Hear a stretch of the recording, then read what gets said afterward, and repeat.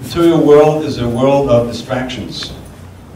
For lifetimes, we'd be distracted from our actual mission to become detached and to learn to love Krishna. So a life of simple brahmacari life is a life free of minimal distractions, to minimize the distractions, and to give all of one's effort toward advancing in devotional service and spreading Krishna consciousness. This is what Srila Prabhupada envisioned, and this is a great commitment by our devotees here.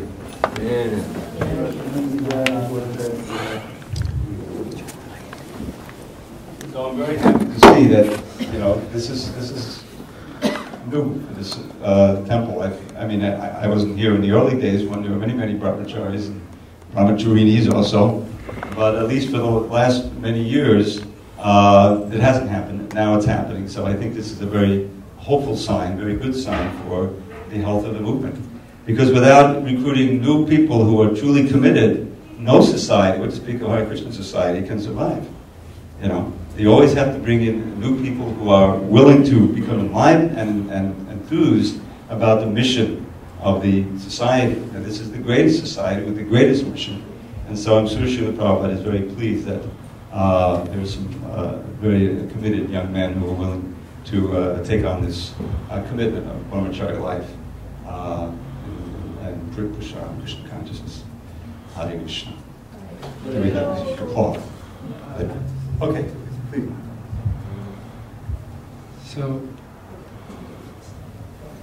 I'd like to say something on the topic of balance.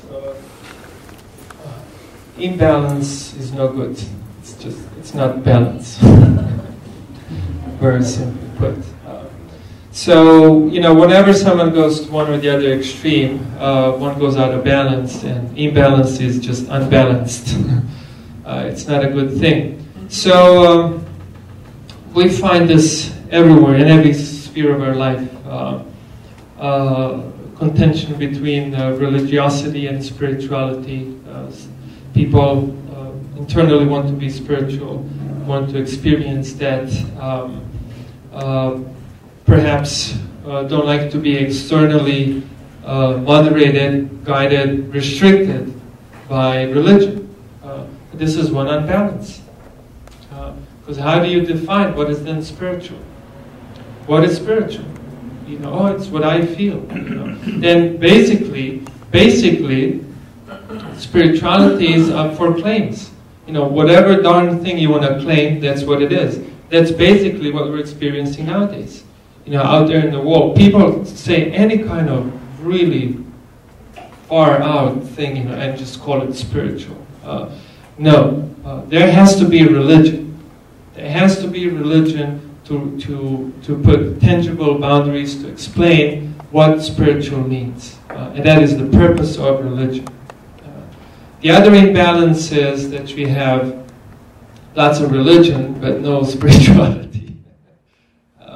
In other words, you bury yourself in rules and regulations, and there's no heart, there's no real spiritual development. So in Krishna consciousness, in this regard, we have to be very balanced. Our constitutional position is not that we're brahmachari or grihastha or vanaprastha or sannyasi. Our position is that we're eternal servants of the servants of the servants of the servants of Krishna. This is our eternal position. Yet, we designate ourselves.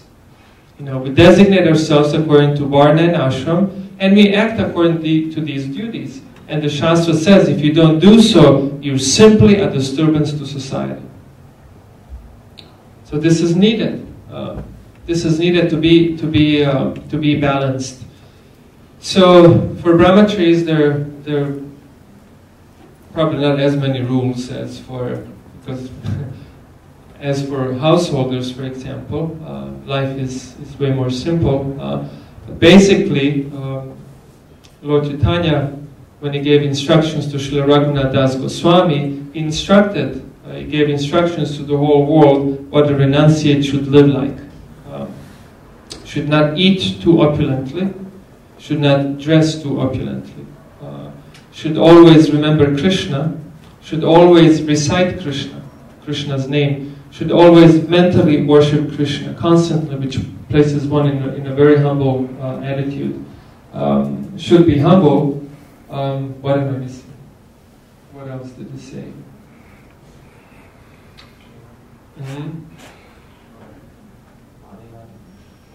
No.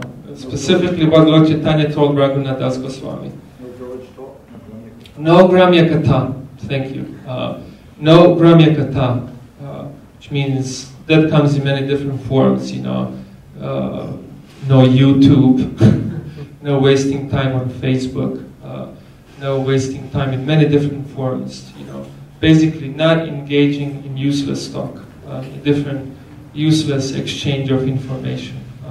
Why this is so? Why would one take to the life of celibacy? Why would one take to simple life without possessions?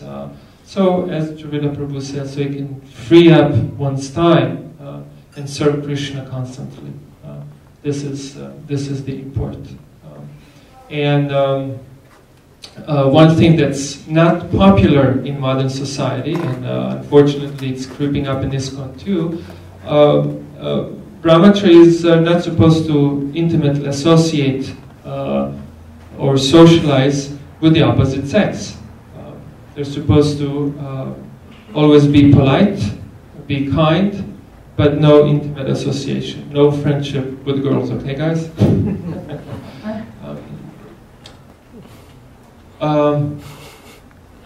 So I think I'll end there, and I would really like to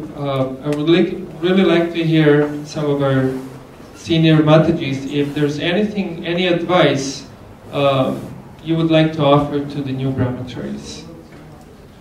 How about you, Mataji? Okay.